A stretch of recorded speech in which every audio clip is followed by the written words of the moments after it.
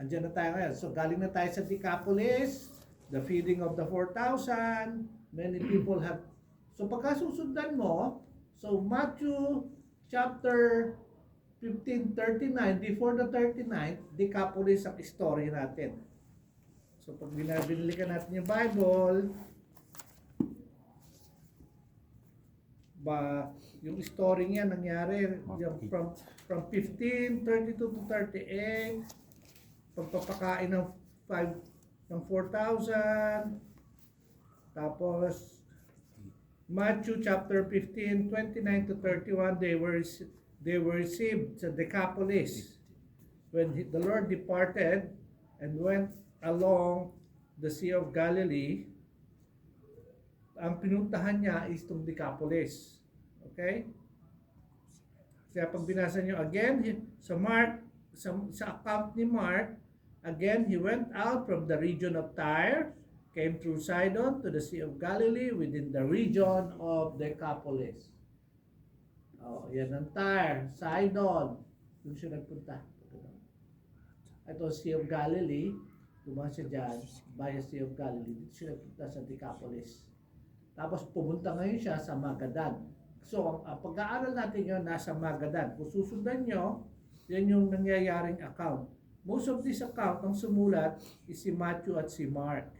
Kasi pagkakasulat niya, no, nila Luke is, ano na lang, parang portions na lang. Ito, mas detailed. Kasi, dito, sa section na to, dito maraming ma-encounter tayo na, even yung pagdating ng chapter 16 about Peter and the Lord, your discussion about, upon this rock I will build my church, which is a controversial understanding if you don't know the background of what you're reading. Okay, so the Lord is returning to the other side of Galilee. Ayan.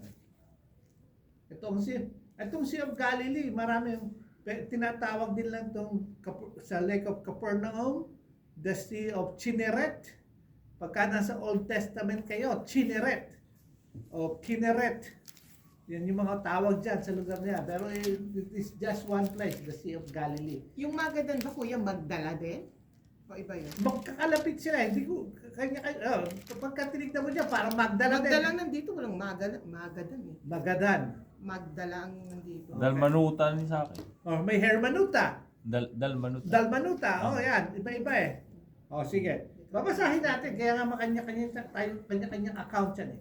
Basahin natin. Katulad dyan ng ba't may Gadera, may Gaderin. Iba-iba yung pangalan. Kasi, kumisan, yung sumusulat, he is talking about the big place. Parang Canterbury. Parang Canterbury. Christchurch. Pero, may maliit na lugar doon, Dalmanuta. Ganon. Meron lugar doon na Magdala. Okay? Kilala niyo sino ba yung taga Magdala? Si Mary Magdalene. She is from Magdala. Okay. Let us read. Yung babasahin ko is the Matthew account. Pwede nyo basahin yung Mark account. Yung sa Mark chapter 8 verse 10 to 12. So babasahin ko itong Matthew chapter 15:39 hanggang 16 to 3. And sending away the crowds, Jesus got into the boat and came to the region of Magadan. Basahin lang natin muna siya kasi yan ang account ni Matthew eh. Dito Magdala. Magdala dito. Magdala. Okay. The Pharisees and Sadducees came up, testing Jesus, and they asked him to show them a sign from heaven. But he replied to them, when it is evening, you say it will be fair weather, for the sky is red. So sila, pag tumingin sila sa sky, mapula-pulang ulap ang kalawakan. Maganda ang araw bukas. In the morning, there will be storm, for the sky is red and threatening. O kanya, sa umaga naman, pagka mapula-pula, may darating na storm. Do you know how to discern the appearance of the sky, but cannot discern the sign of the times? An evil and adulterous generation seeks after a sign. A sign will not be given it, except the sign of Jonah. and he left them and went away. Yung the sign of Jonah, pangalawang beses nang ginamit ng Panginoon ito. Yung unang niyang gamit dito after his rejection. They were asking for a sign. He told them, "I'll no more give you no more sign but the sign of Jonah." Okay. After feeding the 4,000, Jesus sends the crowd away, and he and his disciples returned to the Jewish territory of Magadan. Anong region? Mas malaking region, Dalmanuta. Yun ang Canterbury. Dalmanuta. Which is probably near Gennesaret, south of Capernaum. Naman niya. Yan. Yan lang yung available na mapang mas malalaking pagsulat. Yan ang whole section of Galilee. Kung yan ang Capernaum, ito ang Gennesaret, andito ang Magadan. Itong section na to is known as Dalmanuta. Okay? Yan lang. Yan yung mapang available. And then from here, papanik uli ang Panginoon towards Caesarea Philippi. Okay. Pharisees and Sadducees. Sino ang lumapit sa kanya? Nanghihingi ng sign, the Pharisees and the Sadducees. Notice that the Pharisees and Sadducees are now united in their endeavor to catch Jesus out. They came tempting him and asking him to show a sign from heaven. Ang difference ng mga Sadduceo at mga Pariseo, ang mga Pariseo naniniwala sa Muling pagkabuhay. resurrection. Itong mga Sadduceo, hindi sila naniniwala. And yet, they have one common enemy, the Lord. Kaya magkasama sila. Okay.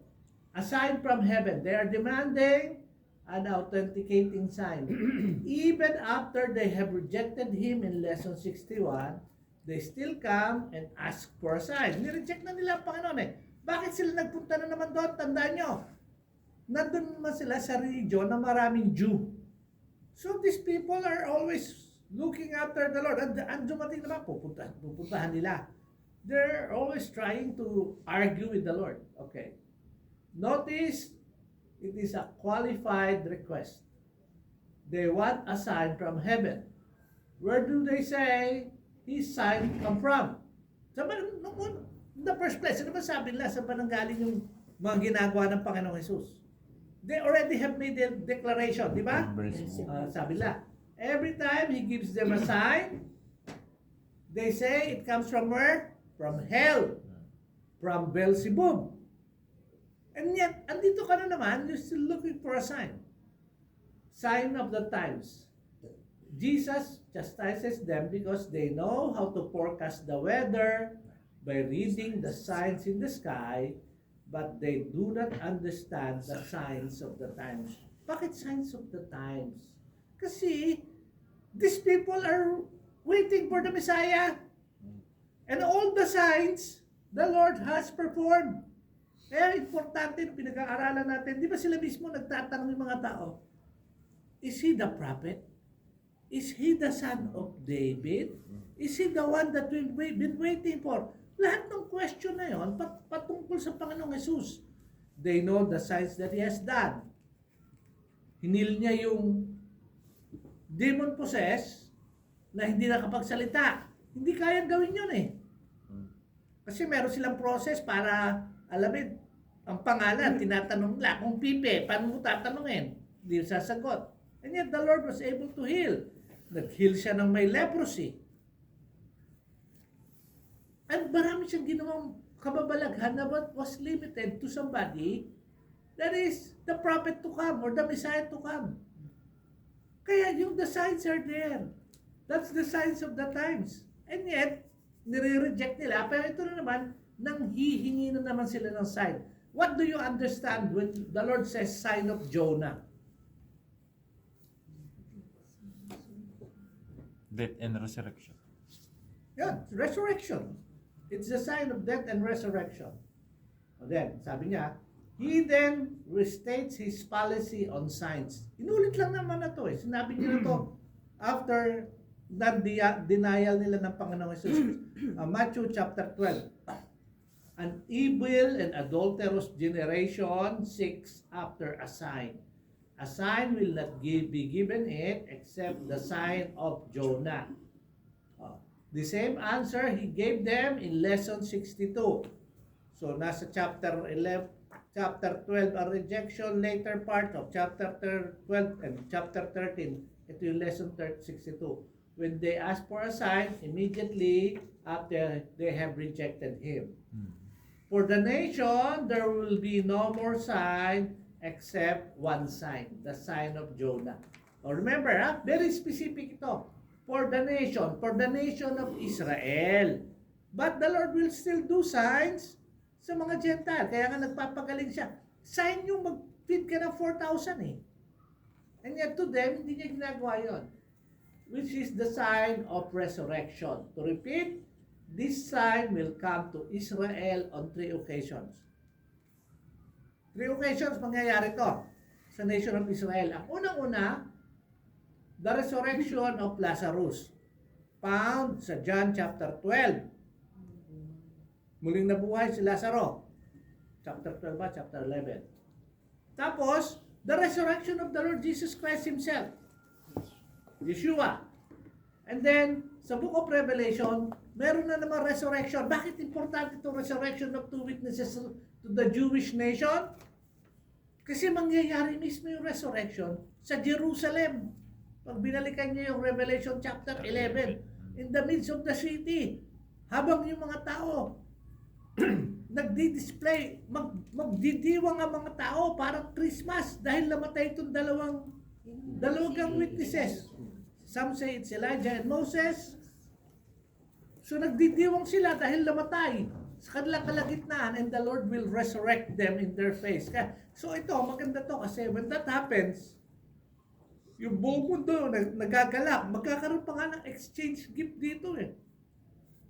Hindi ang pinagbubunyi may Pasko dumating, kundi may namatay yung dalawang, kasi the world is up against these 2 witnesses, and the Lord will resurrect them. It's a sign for the Jewish nation. Kaya nga doon mismo mangyayari sa Jerusalem. Okay? So, when they were coming, the Pharisees, the Lord never gave them any correct answer when He went to Magadan. He just simply tell them that no more signs will be given. Then, short lang yon, we just know that it happened in Magadan, a territory that is predominantly Jewish. Ngayon, pinapasok agad tayo sa lesson number 81. Found sa Mark chapter 8, 13 to 26, saka Matthew chapter 5, chapter 16, verse 5 to 12. Ikaw, Mama, basa. Now Jesus leaves the Pharisees and Sadducees at Magadan and crosses the Sea of Galilee again into Gentile territory. And on the way, He gives them an important warning. Yan, coming from Magadan. Balik tayo sa mapa. Coming from Magadan, which is Jewish, kumros na naman ang Panginoon sa Sea of Galilee. Dito na naman siya sa kabilang side. Okay? Tapos, while crossing, nagbigay siya ng important warning to His disciples. Ayan. Watch out and beware. Read Matthew 16, 5 to 12. And the disciples came to the other side of the sea, but they had forgotten to bring any bread. And Jesus said to them, watch out and beware of the leaven of the Pharisees and Sadducees. They began to discuss this among themselves, saying, He said that because we did not bring any bread, but Jesus, aware of this, said, You men of little faith, why do you discuss among yourselves that you have no bread? Do you not yet understand or remember the 5 loaves of the 5,000, and how many baskets full you pick up? Or the 7 loaves of the 4,000, and how many large baskets full you pick up? How is it that you do not understand that I did not speak to you concerning bread, but beware of the leaven of the Pharisees and Sadducees? Then they understood that He did not say to beware of the leavened bread, but of the teaching of Pharisees and Sadducees. Yan. So, ang unang pagkakaunawa pa nila about the bread. But what is the Lord talking about? At bakit in-emphasize ng Panginoon about the feeding of the 5,000 with 5 loaves, the feeding of the 4,000 with the 7 loaves. Now, by this verse alone, alam nyo na may dalawang times na nag-feed ang Panginoon ng multitudes. Tandaan nyo yung number, 5,000 are all men. Hindi binibilang ang bata at nanay at kababaihan. Yung 4,000, ganun din, men lang yon. So, imagine the number at ang pinakain niya lang is ilan? 5 loaves of bread, yung isa 7 loaves. But niremind ng Panginoon yon. Kasi anong problema ng mga apostles? Walang dalang tinapay. Wala silang dalang tinapay. At ba't sinabi ng Panginoon sa kanila yon? Ano yung mga key points na hina-highlight natin in our study? Ang role ng mga disciples is bigyan sila ng food, yung mga kanilang disciple. Pero imposible para sila magbigay ng food kasi wala naman sa capacity. Sino mag-provide ng kanilang i-distribute? Panginoon.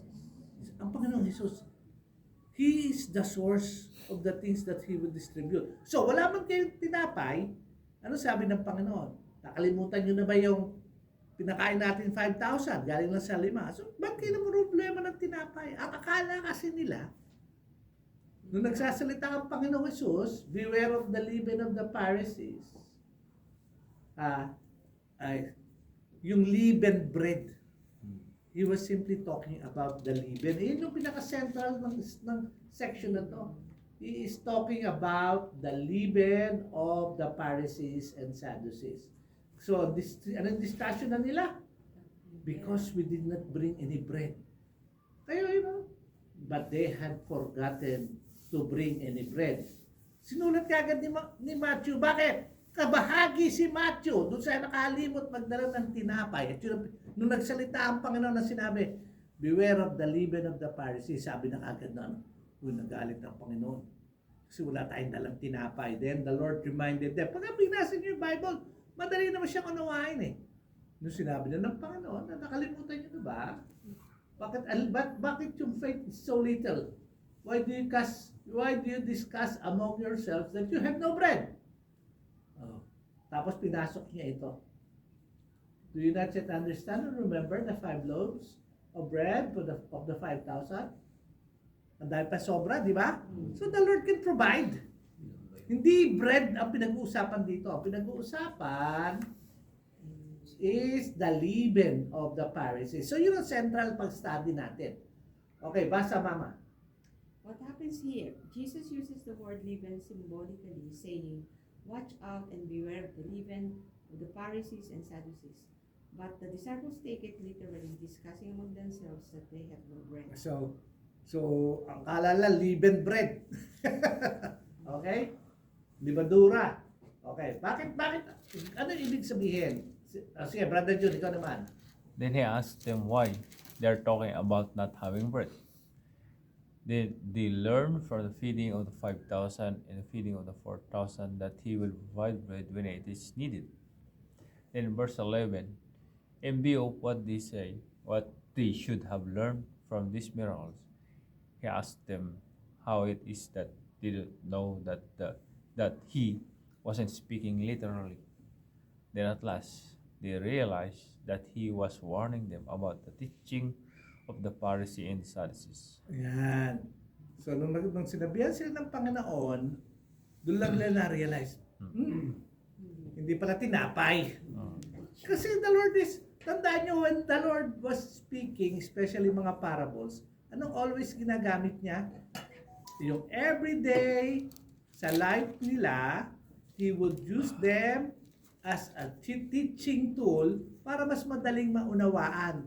Pero even madali na yung tinuturo ng Panginoon, yung simpleng sinasabi ng Panginoon na misinterpret pa rin ng mga apostles. So the Lord has to tell them what's happening. Kasi ang bread, nakakapusog. Ang salita, Oh. lalagay. Oh. Parang ganon. So, leaven. Sige bro, Leaven. basa, patuloy basa. Whenever leaven is used symbolically, it is always a symbol of sin. Yan. So, kaya nga beware ka sa leaven. The sin of the Pharisee, the sin. Okay? And within the gospel, it is specifically the sin is false doctrine or the false teaching. Yan. So yun ang sin. The false doctrine, beware sa teachings of the Pharisees and the Sadducees. Okay. Sis bro, sis bro tuloy. Sis Lani. 3 types of leaven. And in this warning, Jesus warns them about 3 types of leaven or false teaching. Matthew mentions the leaven of the Pharisees and the Sadducees, and Mark adds the leaven of Herod or the Herodians. So, he warns them about 3 kinds of leaven, that of the Pharisees, the Sadducees, and the Herodians. No, titigil ko muna doon. Baka kasi sabi niya, saan kuya? Saan mo nabasa doon? Wala naman sinabi sa Matthew. Nasa Mark po. Pag binunta kayo sa Mark, chapter 15, instead of using, kasi si Mark, yung sa Pharisee and Sadducee, parang isa lang kay Mark yan eh. Kaya lang, parati niya rin sinasama yung Herodians. Bakit niya sinusulat yung Herodians? Si Herod. Kasi si Herod ang itinalagang leader ng mga Romano. Eh si Mark sumusulat sa mga Romano. So sa Hudyo, ba't sinusulat ni Matthew Pharisees and Sadducees? Because they belong to a Hudyo sect. The sect of the Pharisee, the sect of the Sadducee. Pero kay Mark, sa kanya yung Pharisee, saka yung Sadducee, isang lang yan eh. Pero meron mga Herodians, yung mga tagasunod ni Herod. Ay mga tagasunod ni Herod, they represent Rome. So basahin natin yun. Yan ha? So alam niyo na, medyo makuha niyo yung bakit may Herodians pa nadamay dito about the leaven.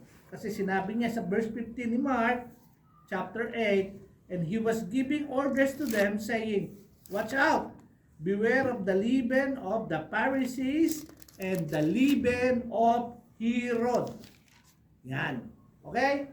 So, tasan ka na sis? So these 3 Yeah, sige, basta sis. These 3 groups are spreading a leaven or false teaching about Jesus, and the disciples are to be careful not to believe any of the material that they are hearing from these groups. And each of the 3 leavens has a different content. Number 1, the leaven of the Pharisees is that Jesus is demon-possessed. Number 2, the leaven of the Sadducees is that he is against the temple worship system. Probably this is in light of the fact that Jesus drove the money changers out during the first Passover of his ministry. Number 3, the leaven of the Herodians is that he is opposed to Roman rule through the house of Herod. The Herodians are in favor of Roman rule as long as it is through the house of Herod. Yan. So, distinguish natin. Yung mga Pharisee, madali lang yun. Alam natin sila na nag-accuse sa Panginoon na, ano siya? He has the spirit of Beelzebub. Yung mga Sadducees, alam niyo bang yung paratang na yan is one of the cases brought about against the Lord when he was in front of the high priest at in front of Pontius Pilate? Di ba may mga sabi, he said he will destroy the temple. But we know that when he says he will destroy the temple, it was his own body. It was not the literal temple. So yung mga Sadducees is part of those who were what? Accusing the Lord of, hey, gusto niya destroy yung temple. In fact, pinalayas niya nga yung mga money changer eh. So, may kanya ka, ayan, yan si Kristo, ang Panginoon Jesus, hindi, ayaw niya yung temple. Ito ay Jew, napaka-importante ng temple.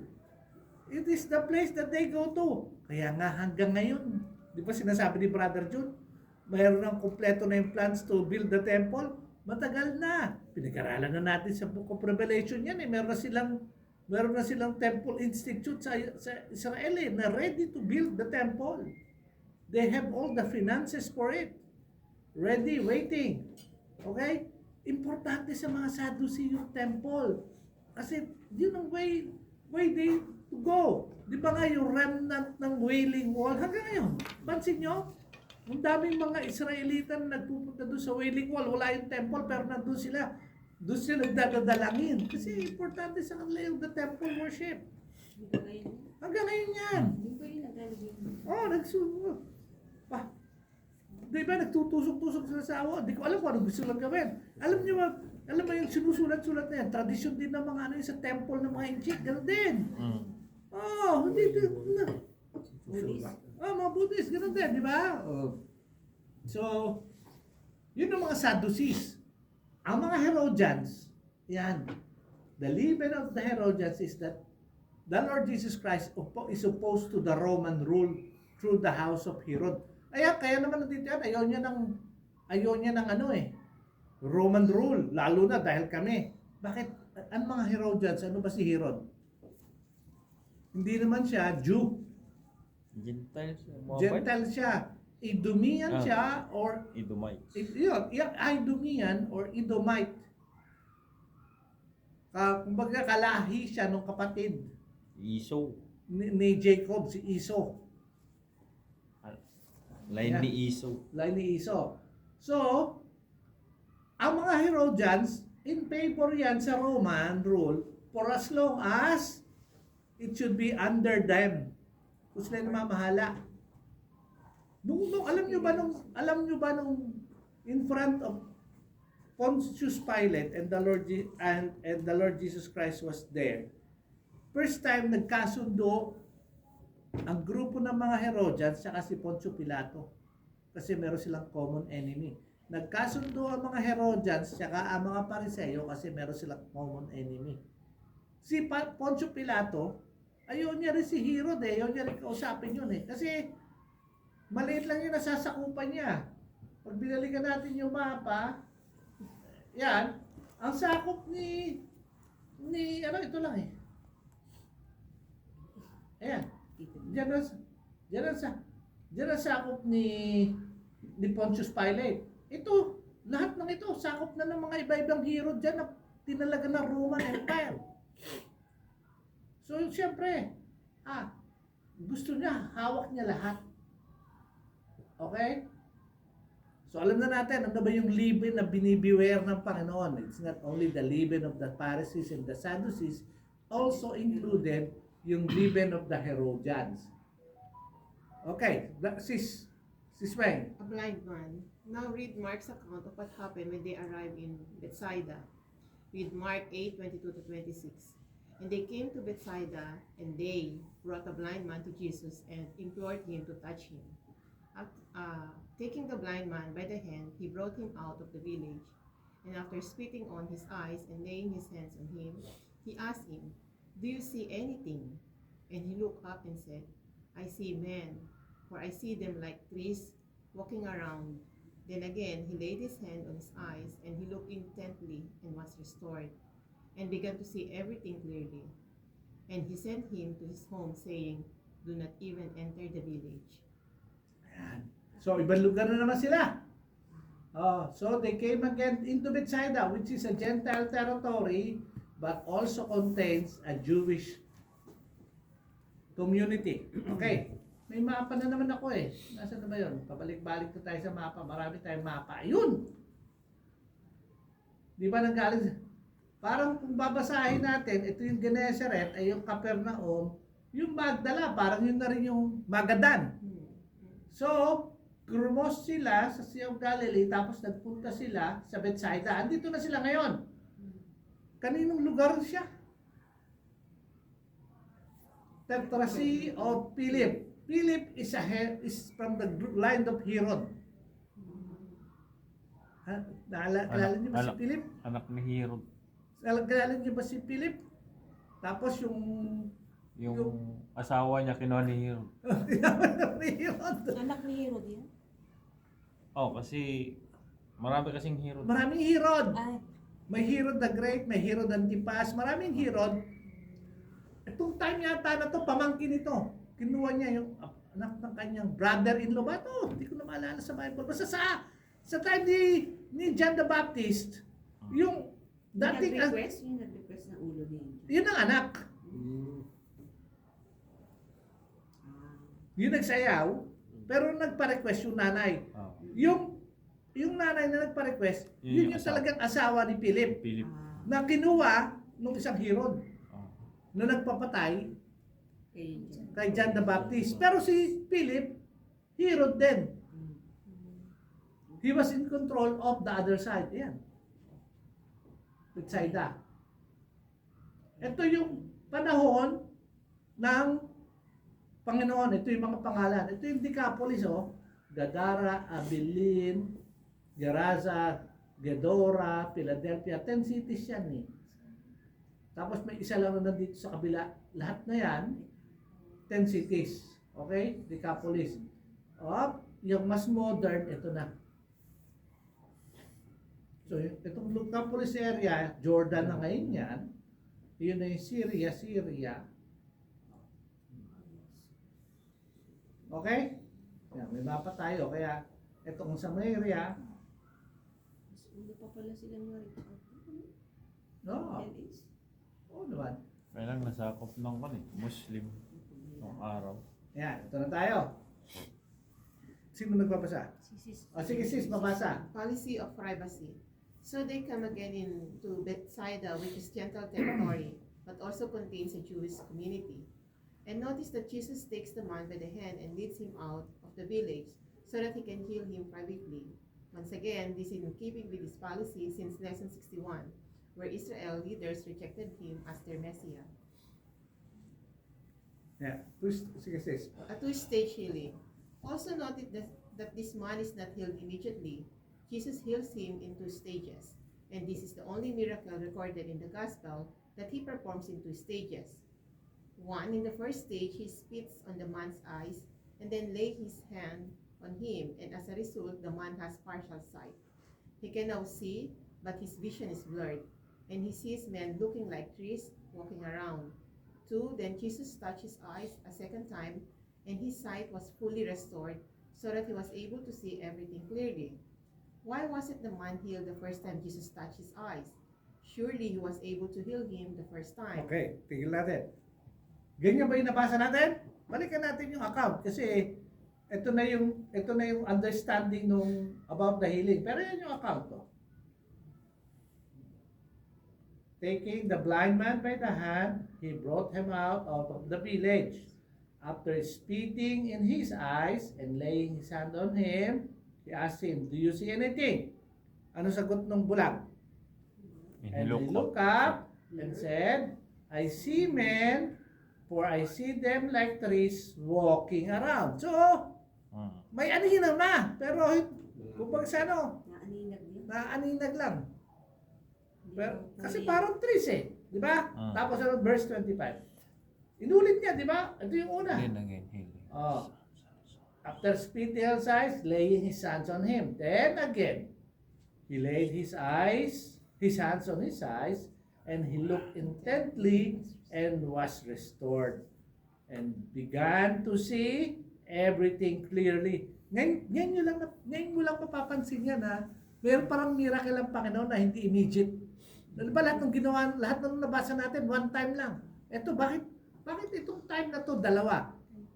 Papasok tayo dito dahil this is also what? A time to teach the apostles. Tandaan nyo, yung kanya mga miracles, bakit kinailangan pa niyang ilayo siya sa village? Take him out of the village.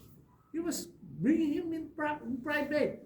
Most likely the disciples would be there, they would see yung ginagawa niya, pero not the vast majority.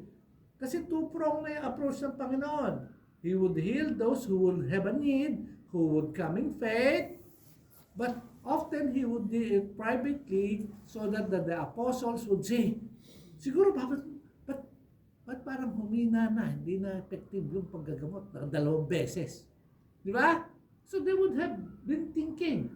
At alam nila na, inilayo na naman ang Panginoon sa mga tao. Yan nakasulat na. Taking the blind man by hand, he brought him out of the village. Inilayo ng Panginoon. From the center, he brought him out. And Bro, ano ba yun? Part ba yan ng kanyang pang discipleship niya? of discipleship among the apostles. Kasi may lesson silang matututunan dito. Okay. Si Brother Joel, application to the disciples. Application to the disciples.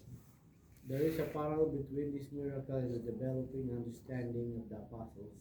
1.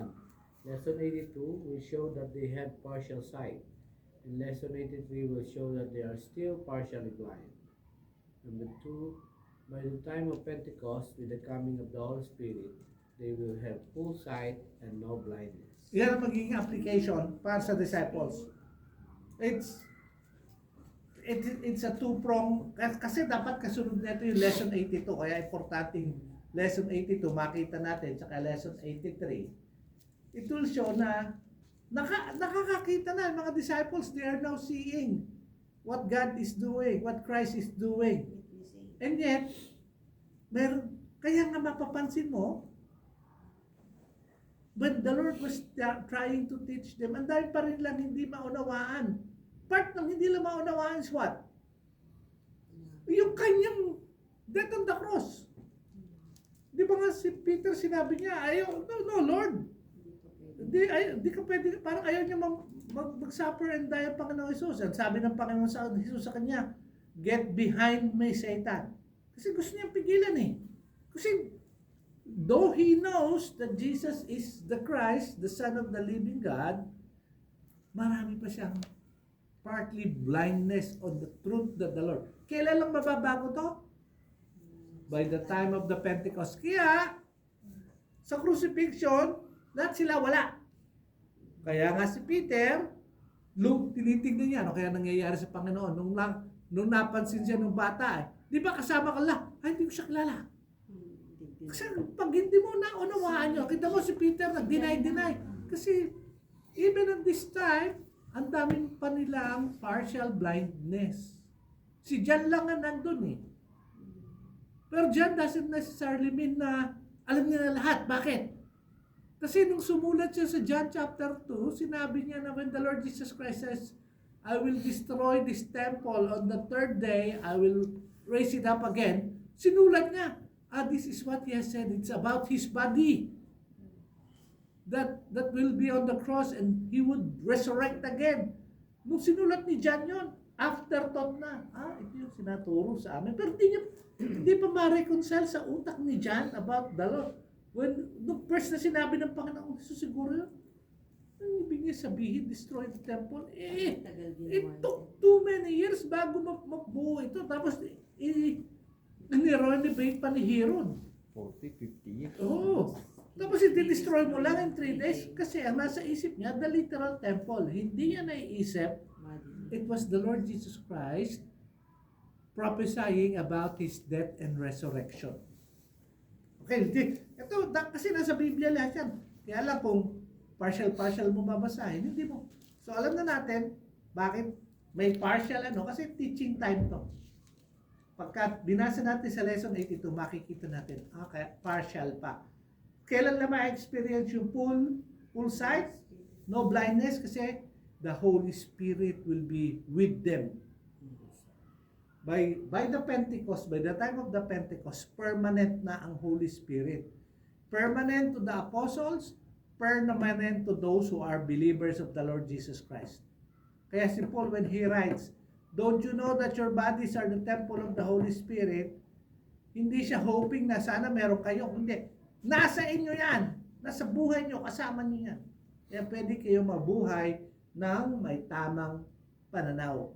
Tamang pagtingin. Hindi na kayo bulag. Yung baptism with the Holy Spirit, hindi totoo. The moment you believe, you are baptized with the Holy Spirit. Okay? Jose, basa ulit. Application to Israel. Brother Joel. Application to Israel. There is no other parallel with the nation of Israel. 1. Israel has partial sight now. There is a remnant who believes. 2. But they will have full sight when all Israel will be saved after the fullness of the Gentiles is complete. Read Romans 11:25 to 27. For I do not desire, brethren, that you should be ignorant of this mystery, lest you should be wise in your own opinion, that blindness in part has happened to Israel until the fullness of the Gentile has come in. And so all Israel will be saved, as it's written, the deliverer will come out of Zion, and he will turn out ungodliness from Jacob. For this is my covenant with them when I take away their sins. Psalm 14:7 and Isaiah 59:20-21, Hebrew 8:12. Noticing the word until, a partial hardening has happened to Israel until the fullness of Gentiles come in. Partial blindness corresponds to the partial hardening. And because it is a partial, there will always be a Jewish people who believe. And when the fullness of the Gentiles has come, then the Jews' blindness will be totally removed. And they will see clearly, and all Israel will be saved. So, kailan mangyayari yan? Sa second coming pa, sa tribulation period pa. Kaya nga meron tayong sa Revelation. Kaya ito pinag-aaralan natin na gospel, kadikit nito yung Book of Revelation. Di ba may 144,000 Jews? Ano yung gagawin nito? There will be witnesses? Kasi this is the time of the harvest. Kasi yung the Gentiles, our time has been fulfilled. We are the church. Pero the church is composed of what? Jews and Gentiles in one body. Wala nang division. Kasi sa temple na pinagtatalunan nila, na pinagtatanggol ng mga Saduceo, ang mga Hentil hindi pwedeng pumasok sa lugar ng mga Hudyo. May wall doon nakasulat, cross, you die. Kung Hentil ka, pumasok ka doon, dead. So, yung house of prayer, yung ginawang merkado, yun ang para sa Hentil. Hindi nangangahulugang bawal ang Hentil sa temple kung hindi sila pwedeng pumasok beyond the dividing wall. Pero pag binasa mo sa Ephesians, the dividing wall has been broken. Who has broken the dividing wall? The Lord Jesus Christ.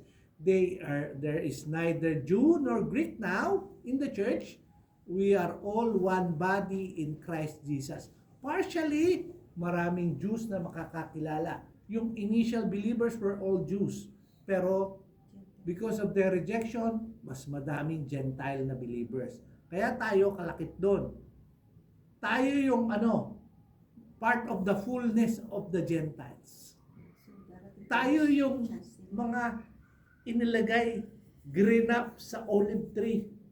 Pero the true Israelites, those who would come to the Lord in faith, yun ang pinag-uusapan dyan, Israel will be saved. The true Israelites, those who would come to the Lord in faith, they will be saved. All Israel will be saved. All Israel. Kasi kaya ang thesis ni Paul, ano ba yung Israel? Who is Israel? Who is the son of Abraham? All Israel are those who are, the true sons of Abraham are those who have faith in the Lord Jesus Christ. They are still required to believe. Hindi ka Israelita kung hindi ka mananampalataya sa Panginoong Jesus. Eventually, even sa last times, it's still about faith, believing. Matagal nga kasi nga hindi pa naman tapos ang fullness of the Gentiles. Kaya nandito pa tayo. Pagka kinuha na tayo, tinanggal na tayo dito, time na nila. The day of Jacob's trouble starts, the day of the Lord, the promise of the Lord that He will give them a new covenant. He will put His words into their hearts. They no longer have to teach their children about the Lord, for they know who the Lord is. Katulad na yan, pag binasa mo yung Isaiah 51, Jeremiah 31. Yan na yung mga promises. Okay? Kasi mangyayari yan. Para sa kanila. Sa ngayon, partial. Bakit partial? Kasi there are those who believe. Kasama natin sila sa church. Believers of the Messiah, of Yeshua, that Jesus Christ is the Lord. Sino mga nandyan? Sila Nicodemo. Yan, katulad Nicodemo. Pariseo yun, pero nakakilala sa Panginoon. But they will have their full sight when all Israel will be saved after the fullness of the Gentiles. Yan ang promise eh. Kaya hindi po pwede na ituro natin na the church has replaced Israel. Kasi God has a plan for us, Israel, Jewish and Gentiles in one body. And the Lord has a plan for them. Yan ang, yan, Promise siya kay Abraham. yan ang promise kay, yan ang thesis ni Paul sa Romans chapter 9 hanggang chapter 11. Yung chapter 9 and chapter 11, siningit lang ni Paul yon para sa mga Jew. Hindi siningit ni Paul, kundi inalaw ng Panginoon na isulat ni Paul to the breath of the Holy Spirit. So alam natin, hindi natin pwedeng i-deny. Kaya marami nagtuturo, again, a leaven of false doctrine. Wala na Israel. Hindi pwedeng gawin yon. Kasi, ayan yung promise na sa Book of Romans yan which is part of the New Testament. Okay? Policy of silence, Brother Erwin. Policy of silence. Notice again in verse 26. He sent him to his home, saying, "Do not even enter the village." The policy of silence continues. So, yung pinagaling na bulag, tinutusan ng Panginoon after gumaling, wag ka nang bumalik doon, ha? Bakit? Pagbalik niya doon, kakalat na naman. Di ba? Silent lang, tahimik lang. Why does he want it to be silent? Kasi he is now building the church. Then, kaya yun yung pag-aaralan natin next time natin Bible study. The Confession of Peter. Mahaba ito, kaya nag-iiwan ako ng mahabang space kasi mahaba yan Yan, no? So, background lang. Andito sila. Pupunta ang Panginoon, hindi pababa, papunta ng Judea, andito ang Jerusalem. Pupunta siya sa Caesarea Philippi doon. Kaya pag binasa nyo yung Matthew chapter 16 about yung rock, ano yung napapansin nyo sa may Caesarea Philippi? Mount Hermon. Mount Hermon.